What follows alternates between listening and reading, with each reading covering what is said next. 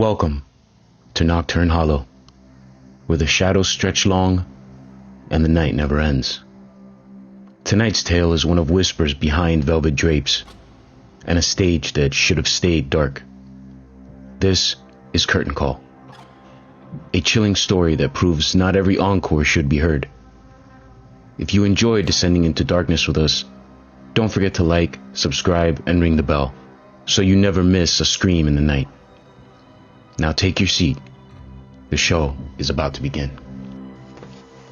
The audience didn't move. They sat frozen in silence, dozens of them, lined in perfect rows beneath the crumbling chandeliers of the Briarwood Playhouse. The seats, once bright red and soft, were now faded, torn, and damp with age. A single stage light blinked overhead, casting long shadows that moved when nothing else did. No one clapped, no one whispered, no one even breathed. Not because they didn't want to, but because none of them had mouths. From the aisle, they looked human. From the stage, they looked wrong, like mannequins left in the heat too long. Their skin was smooth and pale. Their hands were folded just right. Their heads tilted just enough to make your stomach twist. They were watching. The curtain had fallen hours ago. There had been no performance. But still, they watched. The police showed up the next morning. They taped off the building and took photos. After 2 days, they told the press it was all a prank. Just wax figures someone dragged in as a part of some strange art project. But the people in town didn't believe it. They knew the truth felt different. They remembered the flyer. A casting call that had shown up a few weeks before on local bulletin boards and bus stops. Simple black text, off-white paper, no graphics, no details. The flyer read, "Original stage production, casting call. Written and directed by Clara Wren. One night only, play me once." Clara Wren was 29, a smart, broke playwright with more ideas than jobs. She just inherited a small cottage outside the village of West Hollow after her uncle died. Along with it came a heavy, rusted key to a building most people in town didn't talk about, the Briarwood Playhouse, closed since the fire of 1987. They said it was condemned, unstable, unsafe. But Clara didn't believe in warnings that vague. She moved in, unpacked her typewriter, and one gray afternoon, with the wind sharp and the trees bare, she walked through the doors of the Briarwood. The inside was colder than it should have been. The windows were still there, but the light came through strange, dim, like it had already given up. But Clara liked the feeling. It felt forgotten. And when she found the script buried under a stack of rotting wood and old props, she felt something shift. It had no title, no date, no name. Just a short message scratched into the first page in faded pencil. Play me once. And that's when it started. Not just the rehearsals, not just the lines. Something else. Something older. Something that had been waiting a long time for someone like her. The Playhouse had found its story, and Clara Wren was about to step into the first scene. The first rehearsal was quiet. Clara had spent 3 days alone inside the Briarwood Playhouse, cleaning what she could, making space, airing out the stage. But the place never truly felt clean. There was a smell she couldn't scrub away. Old wood, damp velvet, and something metallic, like blood but fainter. Still, she worked. She made copies of the script, page by page, careful not to smudge the original. The typewritten words were strange. Some of the dialogue didn't seem to belong. Characters spoke in ways that didn't match the scenes. There were entire monologues written in languages she didn't recognize. She tried to edit, but every time she did, the next morning the script had somehow returned to its original form. She laughed it off at first, blamed exhaustion, ink, maybe she'd printed the wrong version. But by the third time, she stopped trying to change it. Her cast was small. 6 people from town answered the flyer. a high school drama teacher, a bartender who used to do summer stock, a woman in her 60s who hadn't acted since college, a young man who said almost nothing but read with intensity, and two others who just wanted something to do. They met twice a week, late afternoons. The sun never lasted long in Briarwood. They practiced on stage, no sets, no lights, just voices echoing in a place that had once been filled with applause. Clara sat in the front row with a notebook in her lap, listening, watching. She didn't direct them much. The lines seemed to direct themselves. Sometimes the actors changed the way they read a scene, delivered it differently than it was written. Clara would go to correct them, but find the script had already been updated, almost like it had expected the change, or caused it. Then came the sounds. First it was just the building settling, groans in the floorboards, creaks in the walls. But then they heard footsteps. Always behind them. Never close, never far. Once they heard someone breathing in the rafters, but when they shined the flashlight up there, nothing looked back. The actors started showing signs of wear. They stumbled over lines they knew by heart. They grew pale, distracted. One of them, Darren, the bartender, showed up with scratches on his arms, said he fell into a thorn bush on his walk home, even though there weren't any thorn bushes near the theater. Another, the older woman, Miss Landry, whispered backstage she'd begun dreaming of a character, and not of herself, but as someone in the play, a woman with no name, locked in a room made of stone, repeating the same line over and over. Clara asked what the line was. Miss Landry said she couldn't remember what it was. She could only remember it in the dream. The rehearsals continued. The cast kept coming back. Not one of them ever missed a session. Clara noticed their performances were getting better, sharper, more emotional. But she also noticed something else. They weren't blinking as much. They were starting to mimic each other's movements, like puppets sharing the same string. And no one ever looked at the back of the theater. Not once. On the day of the final rehearsal, Clara found something new taped to the backstage door.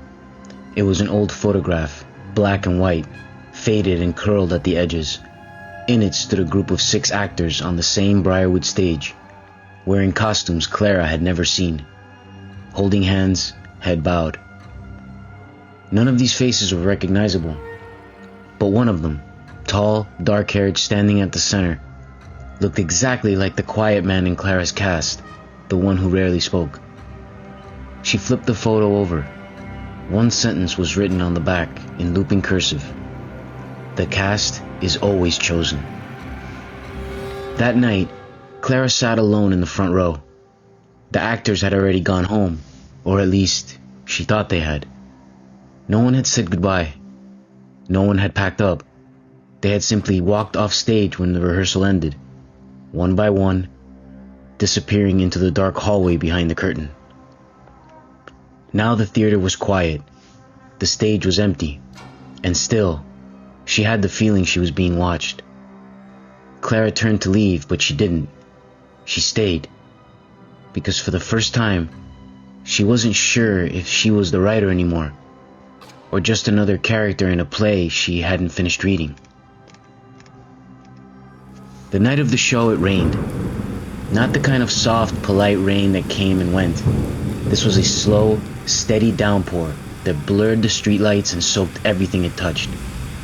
Thunder cracked in the distance, the kind of storm that made people stay home, but not tonight.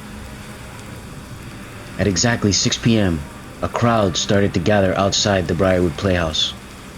None of them had remembered how they'd heard about the show. There had been no advertising, no online posts, no phone calls. But still they came. Parents, couples, teenagers, even old men in raincoats. By 6:30, the line wrapped around the block. At 7, the doors opened on their own. No ushers, no staff, no Clara. Just warm lights in the lobby and a faint scent of roses and dust. The audience entered quietly, almost reverently, as if stepping into a church. They took their seats. No one spoke, not even a whisper. It was like they were waiting for something they couldn't understand. Something they didn't understand. At 7:15, the lights dimmed. The play began. Clara watched from behind the curtain. Her hands shook. She hadn't seen her cast all day. Not one of them had answered her calls or texts, but when the lights hit the stage, there they were, standing in their spots, dressed in costumes no one had brought in, under a glow that didn't come from any working light. The first scene opened exactly as it had in the script, word for word, but something was wrong. Their voices weren't quite right. Too deep, too slow. Not emotionless, but drained, like the lines were being pulled from somewhere else. Clara leaned forward, trying to catch their eyes, but none of them looked at her. They weren't acting. They were being used. Halfway through the second act, the temperature dropped. Clara could see her breath. A low hum started beneath the floorboards, a deep vibration that rattled her bones but made no sound in her ears. The audience didn't move. Their eyes were locked forward, wide and glassy. Some had even begun to smile. Too wide, too still. One man in the front row had tears running down his cheeks, but his expression never changed. His hands were gripping the armrest so tight his knuckles had turned purple. In the third act, the stage changed. No one had touched a piece of set furniture, but the backdrop shifted, melted almost, revealing what looked like stone walls, blackened wood, and a rusted gate. Shadows moved behind it, just out of focus. One of the actors, the young man, walked to the center and looked up. When he spoke, it wasn't English. It wasn't in any language Clara knew. It was a sound, low and guttural, like something trying to crawl out of a grave. The other actors joined in, their mouths moving together, perfectly timed, perfectly still. From her hiding place backstage, Clara watched the script in her hand rewrite itself. Fresh lines appearing across the page, curling into place like veins on skin. She immediately dropped it. The final scene came without warning. A scream echoed through the theater, not from the stage, but from the audience. A woman in the middle of the row had stood up, pointing with a shaking hand. One of the actors had begun to change. His skin cracked at the edges, his fingers twisted backwards, his mouth opened too wide, revealing teeth that didn't belong to any person. Another actor followed, and another. They weren't actors anymore. The lights snapped off. For 30 seconds there was nothing but pitch black, and then a single spotlight hit the center of the stage. Clara stood beneath it. She hadn't moved there. She didn't remember walking. The audience stared up at her, their eyes shining like mirrors. The cast stood behind her, now barely human. She looked down at the final page of the script. It had only 3 words. Now, you bow. She did. She doesn't remember deciding to, but her body moved on its own. She bowed deeply. As the curtain fell behind her, the cast never stopped smiling. When the police arrived the next morning at the Briarwood Playhouse, it was empty. No audience, no actors, no Clara. Just rows and rows of theater seats, each one filled with something waxy, silent, and facing the stage. 3 months had passed since the play at the Briarwood. Far from it, in a town where no one had heard of Clara Wren, a librarian found an old book left in an overnight return bin. There was no record of it in the system. No library stamp, no publisher's mark. Just a script.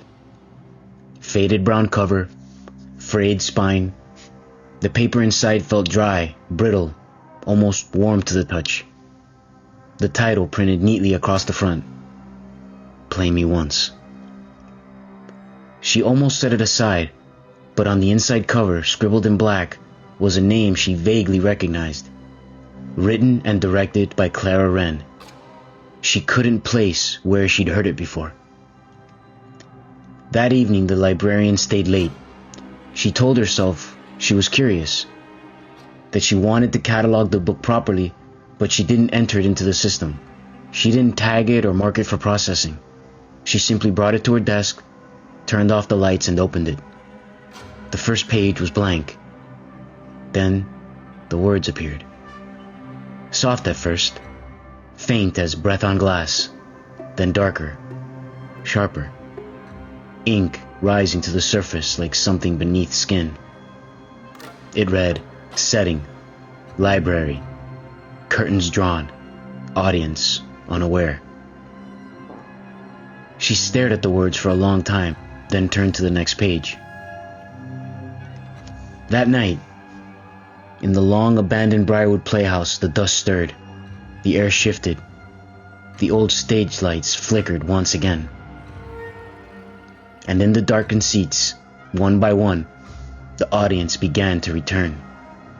Not walking, not arriving, just appearing. As if they had always been there, waiting for the next performance. Thank you for your return to Nocturne Hollow. I hope you enjoyed tonight's story.